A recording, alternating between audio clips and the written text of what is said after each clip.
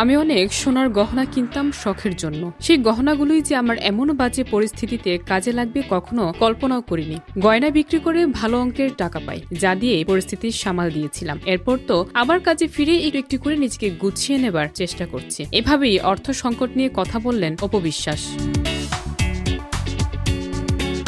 ঢাকায় চলচ্চিত্রের জনপ্রিয় নায়িকা অপু বিশ্বাস দীর্ঘদিন ধরেই কোনো সিনেমায় দেখা না গেলেও ব্যবসা বিভিন্ন পণ্যের প্রচারণায় ব্যস্ত সময় কাটাচ্ছেন। অর্থনৈতিক সংকট কাটিয়ে ধীরে ধীরে নিজের ক্যারিয়ার পুনর্গঠন করেছেন অপু। অপু বিশ্বাস মূলত বাণিজ্যিক ঘরানার সিনেমায় কাজ করেছেন এবং তাকে ঢালিউডের নায়িকা নাম্বার 1 হিসেবে অভিহিত করা হয়। অভিনয়ের পাশাপাশি নৃত্য, রূপ ও অভিনয় দক্ষতার কারণে দর্শকের কাছে তিনি দ্রুত জনপ্রিয় হয়ে ওঠেন। 2010-এর দশকে তিনি দেশের সবচেয়ে বেশি পারিশ্রমিক পাওয়া নায়িকাদের একজন ছিলেন।